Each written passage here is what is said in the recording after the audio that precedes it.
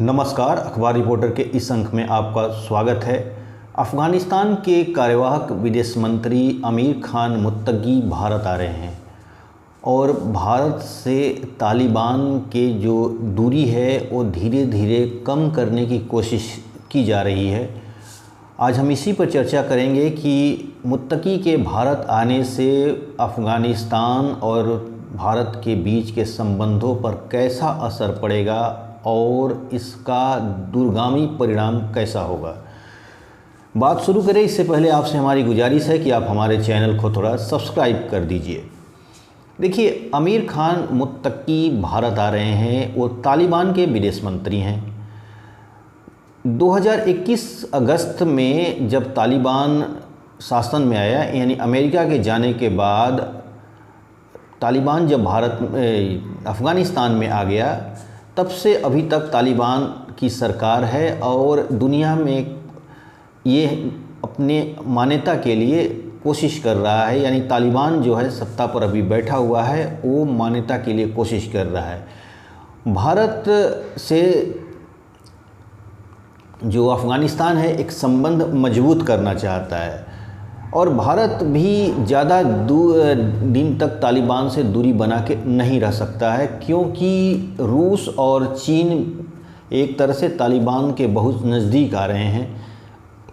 और इससे जब कहने का मतलब ये है कि चीन अपनी पैठ अफ़गानिस्तान में अगर बढ़ा रहा है तो भारत भी एक संतुलन बनाकर चलना ही होगा, क्योंकि तालिबान अभी आमतौर पर शासन में तो वही हैं, लेकिन इतना आसान भी नहीं है। देखिए, एक बात बता रहा हूँ कि तालिबान पर अभी संयुक्त राष्ट्र संघ ने उनकी यात्राओं पर, जो उनके नेता हैं उन पर रोक लगाए हुआ है। हालांकि अभी उन्होंने कुछ ढील दिया है, इसकी वजह से ही वो जो आमिर खान मुत्तकी भारत आ रहे हैं, इसी हफ्ते वो आने वाले हैं और रूस में भी वो जाने वाले हैं। रूस में उनकी एक मीटिंग है, उसमें भी वो जाने वाले हैं। यानी एक तरह से तालिबान कोशिश कर रहा है कि उसे दुनिया मान्यता दे, लेकिन अभी मान्यता देने में, खासतौर पे भारत की बात मैं करूँगा, इतना आसान नहीं है। भारत के लिए ये बात सोचना होगा कि तालिबान या अफ़गानिस्तान की कोई भी सरकार अस्थायी रूप से रहेगी या नहीं रहेगी, इसकी कोई गारंटी नहीं है, क्योंकि वहाँ पर जो भी सत्ता मिली हुई है वो बंदूक की जोर पर मिली हुई है, यानी शक्ति और ताकत के बल पर मिली हुई है। तो यानी जो पक्ष अभी सत्ता में है, यानी तालिबान, अभी जो तालिबान का दूसरा जो टर्म है, पहला टर्म वो 94 में थे के आसपास, 19 के डेकेड्स में थे, अभी वो फिर से आए हुए हैं। तो ये बंदूक के दम पे आए हैं, यानी ताकत के बल पर आए हैं, इसमें कोई दो राय नहीं है।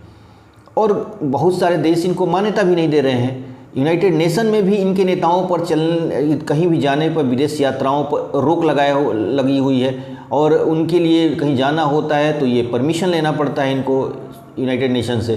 तो ऐसे में भारत कोई भी कदम उठा रहा है तो बहुत सोच समझ के उठा रहा है। इसकी वजह भी है, भारत शुरू से ही तालिबान विरोधी गुटों के साथ अपना संबंध मजबूत करके रखा, चाहे वो नॉर्दर्न अलायंस हो, सलेह गुट हो, NRF हो, ये जितने गुट हैं। देखिए, वहाँ पर अफ़गानिस्तान के थोड़ा वहाँ के जियो पॉलिटिक्स को समझिएगा तो वहाँ पर कई तरह के गुट हैं, कई कबीले हैं और ये शक्तिशाली कबीले हैं। तालिबान में भी अकेला नहीं है, तालिबान में भी बहुत सारे कबीले मिलकर एक संगठन बना हुआ है, उसको तालिबान बोलते हैं। तो इनमें आपस में काफ़ी कन्फ्लिक्ट्स हैं, बहुत ज़्यादा इनमें आपसी में मतभेद है और ये मतभेद इतनी गहरी है कि ये मतलब अगर वर्तमान में ये बात देखें तो करीब दशकों से यहाँ पर लड़ाइयाँ चल रही हैं, लेकिन यहाँ दशकों से नहीं, यहाँ पर कई सदियों से चल रही है। अगर अफ़गानिस्तान की हिस्ट्री पर जाएंगे तो ये बहुत लंबे समय से ये लड़ाई लड़ रहे हैं। ये कोई आज की नई कहानी नहीं है, या ये करीब 50-60 साल की नहीं है, पुराने ज़माने से ये लड़ते आ रहे हैं। इनमें बहुत सारे मतभेद हैं, धार्मिक, सांस्कृतिक और कई तरह का सामाजिक मतभेद है। तो ऐसे में भारत जो था अभी तक, जैसे तालिबान का, अगर पुराने तालिबान की बात किया जाए तो उसको पाकिस्तान वो पूरी तरह से समर्थन देता था, उसको मतलब एक तरह से पाकिस्तान का एक तरह से बी टीम था, अगर बी टीम की बात किया जाए तो उस ज़माने का तालिबान। लेकिन इस बार तालिबान भी एक संतुलन बना के चल रहा है। वो भारत से भी और पाकिस्तान से समान दूरी बना के चलता है, चीन से भी एक बैलेंस बना के चल रहा है ताकि भारत के रिलेशन ख़राब ना हो हमसे, और भारत से भी इतनी संबंध नहीं बना रहा है कि वो चीन के संबंध भी ख़राब नहीं करना चाहता। यानी वो एक तरह से कूटनीतिक अपना स्टेप ले रहे हैं बहुत सोच समझ के। भारत भी तालिबान से बहुत सोच समझ के संबंध बना रहा है, क्योंकि भारत को अभी पूरी तरह भरोसा नहीं है कि तालिबान परमानेंट रहेगा कि नहीं रहेगा। हो सकता है कि नॉर्दर्न अलायंस या और भी गुट जो हैं जो अभी एक तरह से पर्दे के पीछे चले गए हैं, लेकिन कब वो पिक्चर में आ जाएं ये कोई नहीं जानता है। तो इसलिए ये बात भारत को भी सोचना चाहिए कि भारत शुरू से ही, अगर तालिबान जो पाकिस्तान समर्थन करता का समर्थक थे, यानी पाकिस्तान इनको समर्थन करता था, तो भारत विरोधी गुटों को समर्थन करता था। यानी इतना अपोजिट था, तालिबान का सीधा अपोजिट गुटों से भारत संपर्क में था। अब चूँकि भारत से अफ़गानिस्तान संबंध मजबूत करना चाहता है, वो पुरानी जो कमियां हैं, गलतियां हैं, उसको भुलाना चाहता है, तो भारत को भी अपना एक कदम उठाकर धीरे धीरे आगे बढ़ने की कोशिश हो रही है। कई मुलाकातें भी हुई हैं, जैसे विदेश सचिव हमारे मिले हुए थे, दुबई में मिले थे, या कई टर्म में उनसे मुलाकातें हुई हैं, टेलीफोन पे बातें भी हुई हैं। अभी ऑपरेशन सिंदूर के समय विदेश मंत्री ने उनसे बातें हुई थी, वहाँ के विदेश मंत्री से। दोनों ने अपनी अपनी बातें की। भारत की अपनी समस्या है कि अफ़गानिस्तान की ज़मीन तालिबान कोई आतंकी संगठनों के लिए मदद के लिए न दे, जैसा कि पाकिस्तान की मदद से वो करता रहा था शुरू में। और अफ़गानिस्तान का भी अपना एक बात है कि हमें आपकी मदद की ज़रूरत है, मानवीय सहायता की ज़रूरत है, हमें अंतर्राष्ट्रीय पहचान की ज़रूरत है। तो दोनों लोग अपनी अपनी ज़रूरतें को हम हमेशा बातचीत के द्वारा जाहिर करते रहते हैं।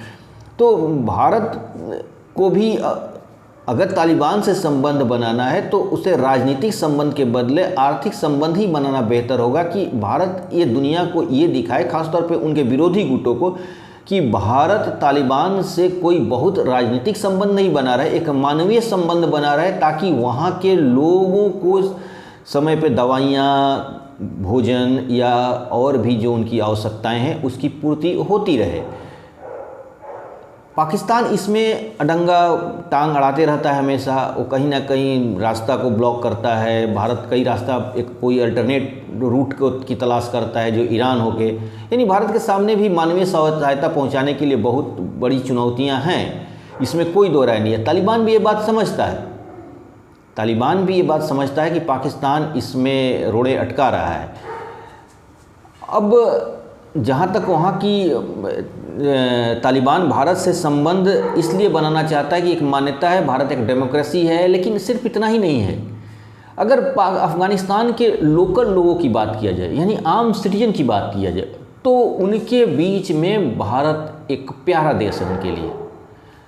अब मैं ये नहीं कह सकता हूँ कि प्यारा देश हमेशा रहता है, क्योंकि कोई भी नागरिक जो होते हैं ना, उनका अपना कोई इच्छा नहीं होती है। सरकार जिस तरफ उसका एक तरह से प्रचार प्रसार, प्रोपेगेंडा या उस तरह का माहौल तैयार करती है, तो जनता भी उसी हिसाब से अपने आप को सोचने के लिए मजबूर हो जाती है।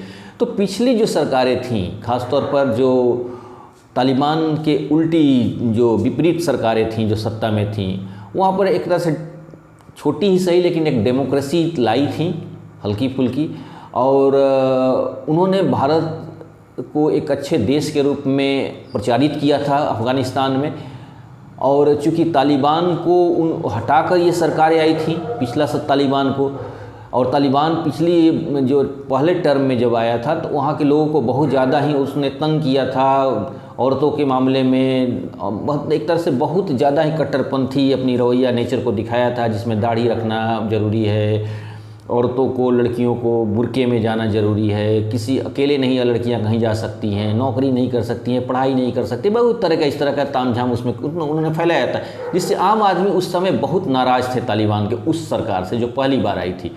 बाद में जब तालिबान को रिप्लेस करके दूसरी सरकारें आई तो उन्होंने छोटी मोटी डेमोक्रेसी का रूप दिखाया, वोटिंग कराया, तो इससे लोगों में एक विश्वास जगा और वो सरकार भी भारत को एक अच्छी छवि के रूप में लोगों के सामने प्रस्तुत की, क्योंकि भारत की मदद से ही वो सरकार कहीं ना कहीं बनी हुई थी। भारत भी उनमें अपना सहयोग दिया था बनाने में, तालिबान को हटाने में। ऐसे तो अमेरिका कहा था, लेकिन भारत का 2% भारत का भी अपना सहयोग था।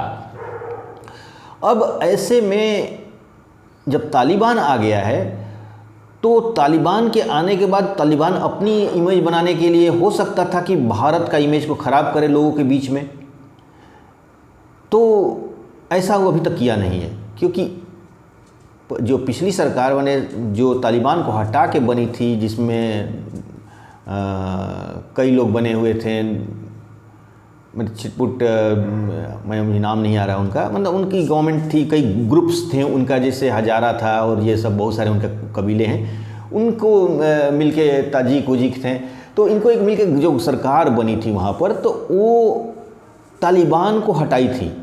जब तालिबान को हटाई थी तो लोगों के बीच में भारत की छवि ऑटोमेटिक बढ़िया हो गई थी कि भाई तालिबान को पाकिस्तान ने मदद की है, जिसकी वजह से हमें परेशानियां हुई हैं, हमारे लोगों को परेशानियां हुई हैं, आम जनता को परेशानियां हुई हैं, इसलिए पाकिस्तान एक खलनायक बन गया वहाँ पर।